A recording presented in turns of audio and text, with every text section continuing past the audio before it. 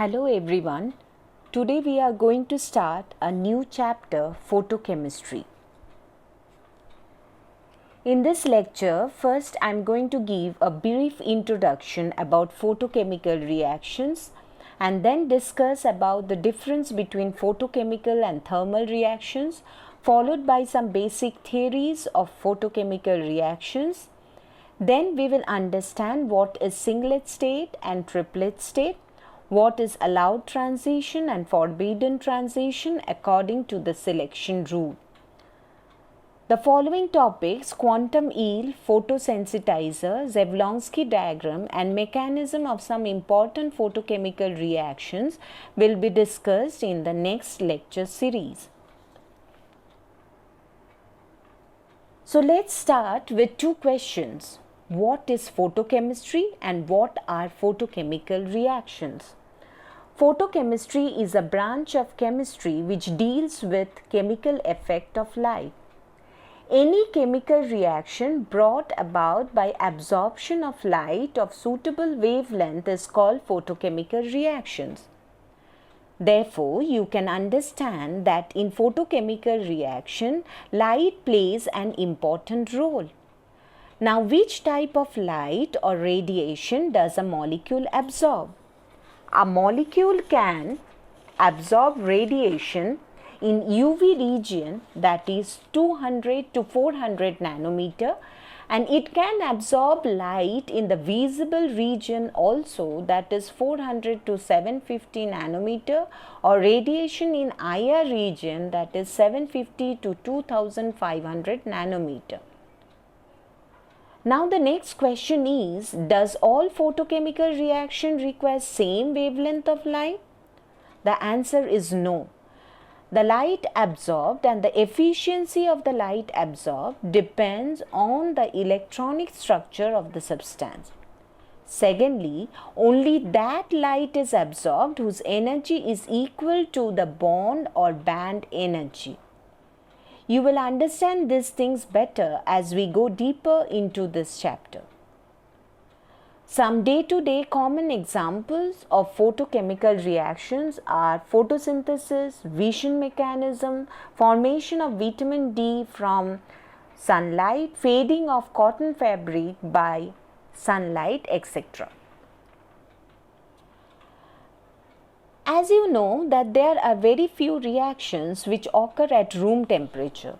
Most of the reactions will proceed further if we provide some energy. Now the energy can be in the form of light or heat.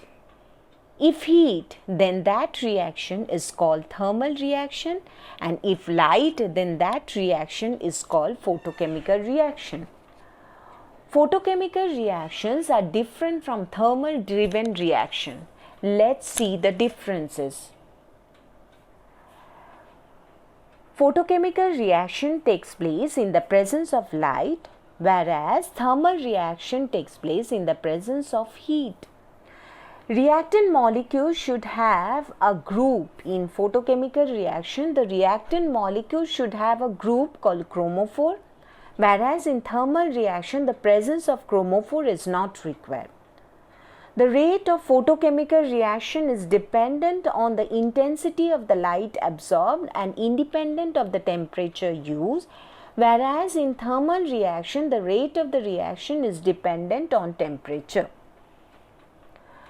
The photochemical reactions are usually accompanied with the increase in free energy, whereas in thermal reaction, the reaction is accompanied with the decrease in free energy. The degree of excitation in photochemical reaction can be controlled by choosing the desired wavelength, whereas in thermal reaction, the exact energy of excitation is not known. Many photochemical reactions are initiated by photosensitizer, whereas in thermal reaction, the rate of the reaction is mostly accelerated by use of catalyst, but catalyst cannot start a chemical reaction.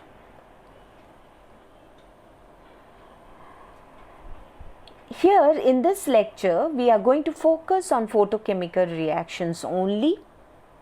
For a molecule to absorb light, it should have a chromophore. Now, what is a chromophore? A chromophore is a part of the molecule which can absorb light. Therefore, conjugated double bonds, ketones, heterocycles, etc. has chromophore and therefore can absorb light and undergo photochemical reactions.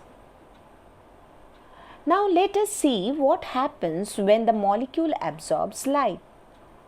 After absorbing light, the molecule goes from ground state to the excited state, as a result of which electronic transition takes place from bonding molecular orbital or non-bonding molecular orbital to anti-bonding molecular orbital, resulting in pi-pi star and n-pi star transition. This is shown in the figure above, taking carbonyl compound as an example. Now, let's focus on this figure. During electronic transition from bonding molecular orbital to anti-bonding molecular orbital, the electron may retain its spin, which is called a singlet state, or change its spin, which is called a triplet state. We all know that spin multiplicity S is equal to 2I plus 1. For singlet state, I is equal to plus half and minus half, which is equal to 0. S is equal to 2 into 0 plus 1 is equal to 1. So, the spin multiplicity is 1 and so it is named singlet. What about triplet state? I is equal to half plus half is equal to 1. So, S is equal to 2 into 1 plus 1 is equal to 3. So, the spin multiplicity for triplet state is equal to 3 and so named as triplet. Another thing which you all should remember here is that according to the Hund's rule of maximum multiplicity, triplet state is more stable and has less energy than singlet state.